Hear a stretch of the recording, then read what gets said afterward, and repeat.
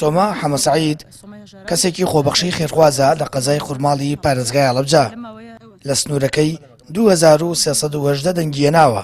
تاوەک کەسایەتی ساڵ لە بواری کاری خۆبەخشی دیاری بکرێت. سۆما بانگشتی بەغدا دەکرێت بەڵام بۆی ئەوەی هێشتا هەڵەبجە لای حکوومەتی فیدراڵ پارێزگانیە لە وەرگرتنی خەڵاتەکەی بێبەش دەبێت. هەڵەبجە وکو قەزای حساب کراوە سەر بە سلێمانی من لە بازنەی خۆمان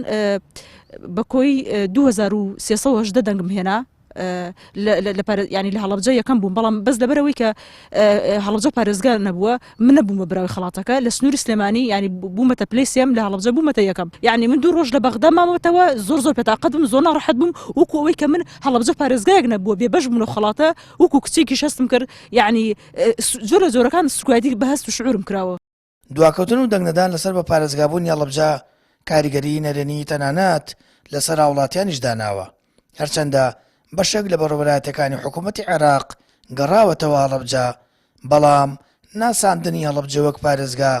لەلایەن ئەنجومەنی نوێنەرانەوە گرنگە و هاوڵاتیانیش دواکەوتنی ئەو پرسە بۆ هۆکاری سیاسی و ناکۆکی نێوانێکێتی و پارتی دەگەڕێنەوە. ناکۆکی ئەو دوولایەنەی پارتی و یەکێتی تەسیری سلبی هەیە لەسەر مەسلحەت و وەرژەوەندی شارەکان هەموو خەڵکی کوردستان بە تایبەت هەڵەبجە شەهید کە فرامۆش کراوە هیچ بەرژەوەندیەکی لە پێش چاو ناخرێ بەعکسەوە مەبەستی ئەمە حزبانش ئەوەیە ڕاستیەکەی خەڵک ئاسوودە نەبێ نازانم بۆچی چێژ ئەبینن لە ئازاردانی ئەو میلەتە دەبوو هەر لەبەر خاتری هەڵەبجە چاویان بنایە لە ناکۆکیەکانیان و لانی کەم هەنگاویان بۆ بنایە بەڵام هەڵەبجە بینی یەکێکە وەکو هەموو میلەتی کورد باجی ئەو ناکویکیانە ئەدات. وەڵا بەداخەوە هەرچەندە ئێمە لە ساڵی 2014 بڕیاری بە پارێزگابوونی هەڵەبجە دەرچووە بەڵام بە فعلی ئەمە ئەو بڕیارە نابینین و ئەمەش هۆکاری سەرەکیە گەڕێتەوە بۆ ئەو ناکۆکیانی کە لە بینی هەردوو دەسەڵاتدارێکێتی و پارتیان لە بەغداد کە ڕێک ناکەون لەسەر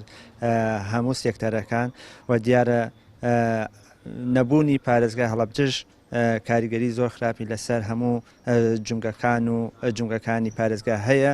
هەڵەبجە تا ئێستا لە ئەنجومەنی نوێنەران دەنگی لەسەر نەدراوە تا ببێتە 19مین پارێزگای عێراق و هەردوو خوێندنەوەکە بۆ پرۆژە یاساکە کراوە بەڵام بۆ هۆکارێکی نادیار دەنگدانی کۆتایی لەسەری دواخراوە لە بەشێکی زۆری مامەڵەکردنی حکوومەتی عێراقیش لەگەڵ پارێزگاکان هەڵەبجە وەک قەزایەکی سەر بە سلێمانی ناوی دێت وەگەوەی لەسەر ژمێری گشتیدا